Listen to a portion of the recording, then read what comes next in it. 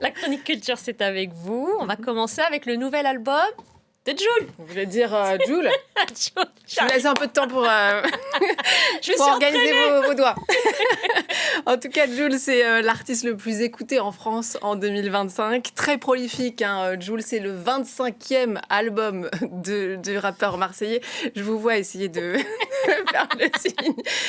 Baptisé TP sur TP. Faut des sous-titres hein, parfois, parce que ça veut dire temps plein sur temps plein. Et pour cause, il ne s'arrête pas. Donc, double album avec des duos assez éclectiques, hein, du rappeur NASA à des choses plus surprenantes, comme le groupe Imouvrini pour rappeler les origines corses de son père. Un disque qui précède évidemment une nouvelle série de concerts XXL avec 2 dates au Stade de France, les 15 et 16 mai 2026. Et puis, bien sûr, un retour au Stade Vélodrome à Marseille. On écoute tout de suite Jul.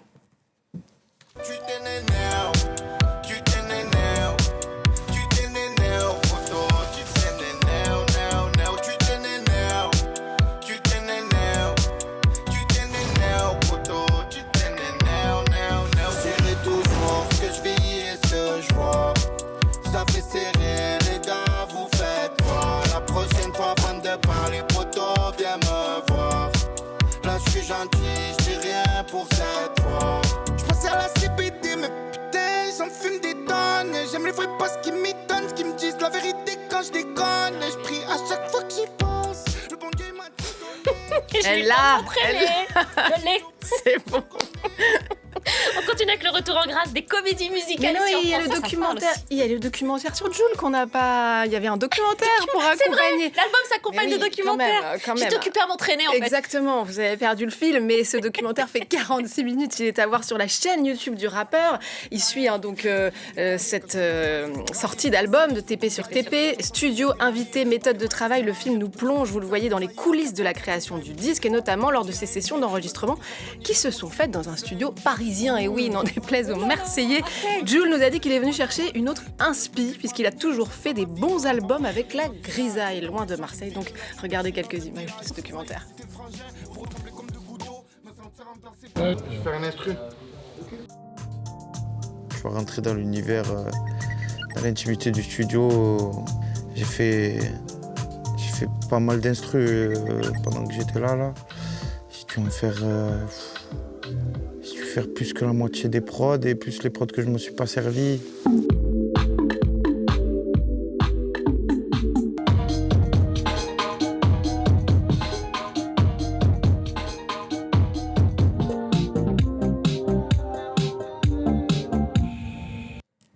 Voilà pour le rap. Le retour en grâce maintenant des comédies musicales en France. Effectivement, puisque cet automne, ce ne sont pas moins de 18 spectacles musicaux qui se jouent rien qu'à Paris. On en avait déjà parlé ici même de Chicago avec la chanteuse Shaim.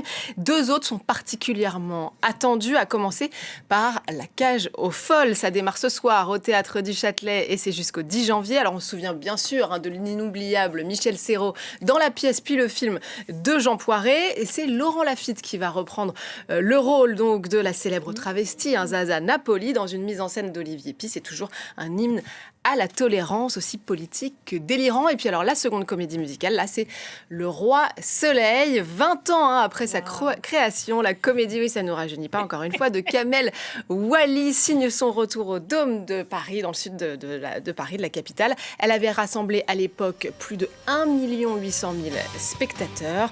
C'est à nouveau avec Emmanuel Moire qui reprend le rôle qu'il a fait connaître au grand public. 40 artistes sur scène, 110 perruques, plus de 200 costumes, une production à l'image donc du personnage principal, Louis XIV, grandiose et flamboyante. J'entends. Attendez, je savoure un peu. Et on va terminer avec du manga. Exactement. Et ça se passe au musée Guimet, ici à Paris, qui consacre ses 3 étages donc à l'art du manga. L'exposition revient sur une histoire assez méconnue et met en regard les œuvres de l'art japonais avec justement du manga contemporain. On va tout de suite regarder le reportage signé Yongchim. One Piece, Astro Boy, ces héros emblématiques ont conquis la planète. Aujourd'hui, le musée Guimet leur rend hommage dans une exposition qui remonte aux origines du manga et de leurs figures emblématiques, comme le héros de Dragon Ball. Son Goku, le roi singe, en fait, c'est un classique chinois qui a été importé au Japon et qui est devenu un héros à part entière de la culture japonaise. et qu'on retrouve dans les mangas, dans les bandes dessinées d'Akira Toriyama. Ce qui est intéressant, c'est que les Japonais ne considèrent pas les mangas comme un art. Pour eux, c'est 7e, 8e art et 9e art additionnés.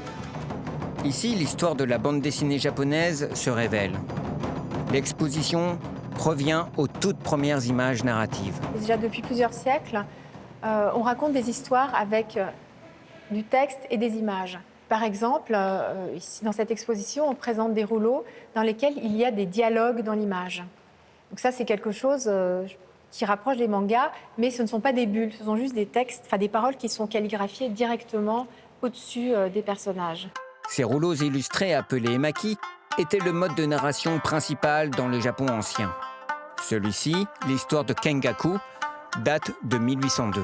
Des images qui semblent déjà annoncer le manga moderne pour le jeune mangaka français Victor Dermo. Moi, je trouve ça super impressionnant, surtout le travail du trait. En fait, la ligne est tout le temps présente, j'ai l'impression depuis toujours apparemment.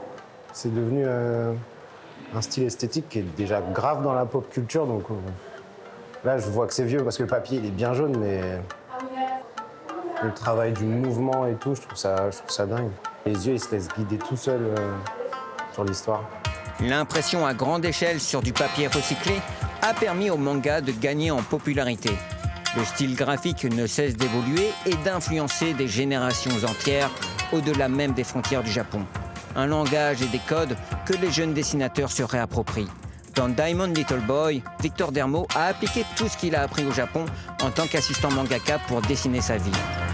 Moi, je suis un mec de quartier qui dessine des mangas, qui raconte une histoire qui se passe dans un quartier en France, pas une histoire qui se passe au Japon. Ici, c'était de pouvoir faire un truc très, très, très français, mais sous le format le plus manga possible, c'est-à-dire en respectant les règles, les tailles de bulles. Au musée Guimet, ces héros de papier rappellent qu'ils ne sont pas seulement des images, mais une culture vivante en perpétuelle réinvention.